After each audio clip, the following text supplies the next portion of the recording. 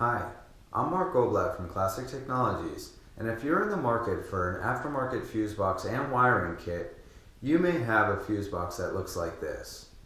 Now, there is this option for an aftermarket fuse box, and then there's the option from Classic Technologies.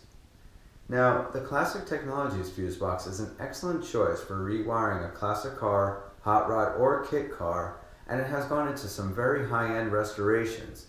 It integrates all of the fuses, relays, and flashers needed to wire just about any classic car.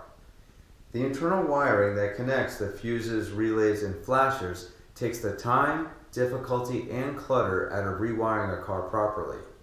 And the harness is simplified, made up of discrete runs that go from the fuse box to the switcher accessory. This fuse box has 7 relays, 2 flashers, and 15 fuses. Here are the horn and ignition relays, the hazard flasher, the low beam, high beam, and radiator fan relays, the turn signal flasher, starter, and accessory relays. The fuse box also supports LED turn signal lights. The 15 fuses can be broken up into 3 basic categories.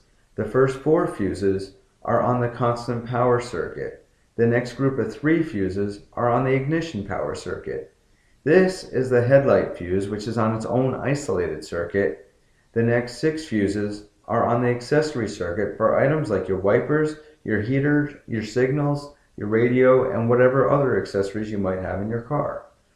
The last fuse is for the starter solenoid. There are 3 power inputs to even out the power distribution within the fuse box, and the green screw terminal is for grounding the coils of the relays. There are 4 multi-position connections for terminating the harness with room for spares on all of the different banks of fuses. To terminate the harness, all you need is a wire stripper and a small flathead screwdriver, and all of the connectors unplugged for added convenience.